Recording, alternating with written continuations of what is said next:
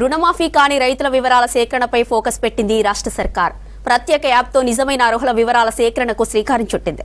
ఇవాల్టి నుంచి రుణమాఫీపై వచ్చిన ఫిర్యాదుల ఆధారంగా సమస్యను పరిష్కరించేందుకు సిద్ధమయ్యారు వ్యవసాయ శాఖ అధికారులు.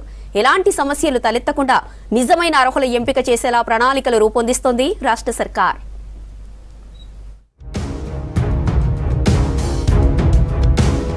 రెండు లక్షల రుణమాఫీపై ఇచ్చిన మాట నిలబెట్టుకుంది సీఎం రేవంత్ రెడ్డి సర్కార్.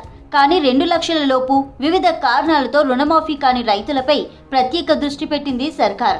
వివరాల సేకరణ, నిజమైన అర్హుల ఎంపిక కోసం ప్రత్యేక యాప్ను అందుబాటులోకి తెచ్చింది వ్యవసాయ శాఖ. రైతుల నుంచి వచ్చిన ఫిర్యాదుల ఆధారంగా వివరాలు నమోదు చేయనుంది. ఇప్పటికే జిల్లాలు, మండల స్థాయి అధికారులకు యాప్ అందుబాటులో ఉంచింది ప్రభుత్వం.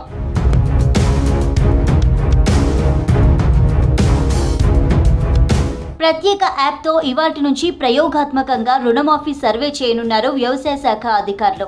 క్రాప్ లోన్లో మాఫీపై వచ్చిన కంప్లైంట్స్తో ఇంటింటికి వెళ్లి రైతుల పేర్లను నమోదు చేయనున్నారు. ఇప్పటికే అన్ని జిల్లా, మండల స్థాయి అధికారులకు యాప్ వివరాలను వ్యవసాయ శాఖ పంపించింది. పేర్ల నమోదు తర్వాత రైతుల నుంచి ధృవీకరణ పత్రం, పంచాయతీ సెక్రటరీ సంతకం తీసుకోవాలని గైడ్లైన్స్ ఇచ్చింది సర్కార్.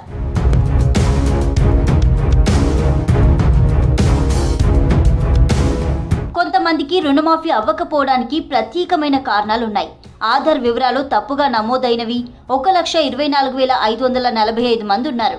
ఇందులో ఇప్పటి వరకు 41,322 ఖాతాలను సరిచేశారు అధికారులు. ఇలా 2 లక్షల లోపు రుణాలున్న నిజమైన ప్రతి ఒక్క రైతుకు రుణమాఫీ చేసేందుకు కసరత్తు మొదలుపెట్టింది రాష్ట్ర సర్కార్.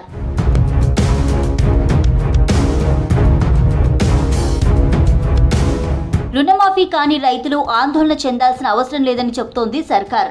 సర్వే తర్వాత అర్హులైన అందరికీ రుణం మాఫీ అవుతుందని భరోసా ఇస్తోంది ప్రభుత్వం.